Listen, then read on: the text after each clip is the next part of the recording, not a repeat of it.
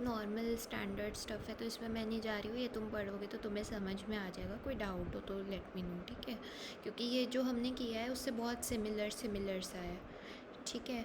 तो इन्होंने बस एक्स्ट्रा एक ये चीज़ बताई है कि ये जो पार्ट है, सी यहाँ पर तुम्हारा जो रिटर्न है वो रिस्क फ्री के बराबर हो जाता है और वेरिएंस ज़ीरो हो रहा है, क्योंकि मतलब तुम सारा का सारा इन्वेस्टमेंट अपना रिस्क फ्री वाले एसेट में कर रहे हो इस पॉइंट पर।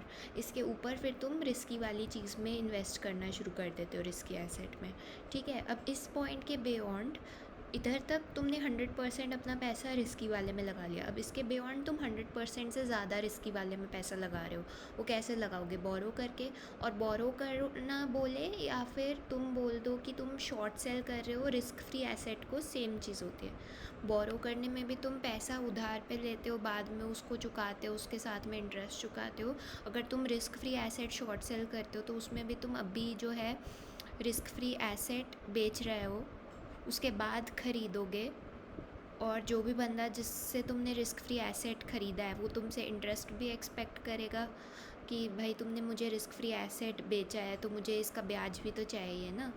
तो बोरो करना और रिस्क फ्री एसेट को शॉर्ट सेल करना सेम चीज़ होती है। तो ये वाला पार्ट तो वो दिखा रहा है, और ये जो नीचे वाला पार्ट है ये दिखा रहा है कि बेसिकली तुम रिस्की एसेट को यहाँ पर शॉर्ट सेल कर रहे हो, ठीक है?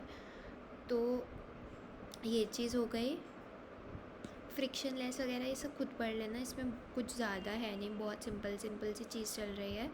आगे इन्होंने क्या बताया है कि जिधर बेसिकली जब तुम्हारा ए नेगेटिव हो जाए, तो क्योंकि हमारा स्टैंडर्ड डेविएशन है ए इंटू सिग्मा एक्स, अब ए नेगेटिव हो गया तो स्टैंडर्ड डेविएशन नेगेटिव हो जाएगी, इसलिए मॉड्यूलस लगाया हुआ है यहाँ पर। तो इसमें कुछ भी अलग नहीं है। और यहाँ पर बताया कि अब इसके हिसाब से तुम बोल रहे हो, तुमने बात की एफिशिएंट सेट की। एफिशिएंट सेट हमें पता है क्या होता है, जो ऊपर वाला पार्ट होता है हमारे, ये वाला पार्ट होता है ना। तो तुम बोल रहे हो कि ये वाला पार्ट जो है वो वैलिड नहीं रह जाता। तो अगर ये वैलिड नहीं रह जाता मतलब ये वाला पार्ट शो कर रहा था short selling of risky assets, तो तुम्हारे लॉजिक के हिसाब से short selling of risky assets होनी ही नहीं चाहिए, बट रियल वर्ल्ड में तो होती है। तो उसका इन्होंने रीज़न बताया कि रियल वर्ल्ड में इसलिए होती है कि भाई बेसिकली लोगों के सेम प्रोबेबिलिटी बिलीफ्स नहीं होते रिस्की एसेट्स के रिटर्न के डिस्ट्रीब्यूशन के बारे में। यहाँ पर हमने होमोजीनियस एक्सपेक्टेशंस लिए हैं ना। कुछ इन्वेस्टर्स में बिलीव कि expected return on asset is negative. Short तुम कब सेल करते हो?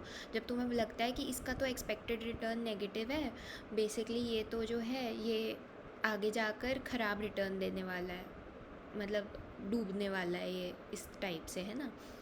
इक्विलिब्रियम, लेकिन हमें ये भी पता है कि हमारी जो थ्योरी है वो इक्विलिब्रियम से रिलेट करी है। इक्विलिब्रियम में हमें पता है कि अगर इन्वेस्टर्स रिस्क एवर्स है, जो कि वो होते ही हैं, तो फाइनल प्राइस जो है रिस्की एसेट का इट मस्ट बी एडजस्टेड।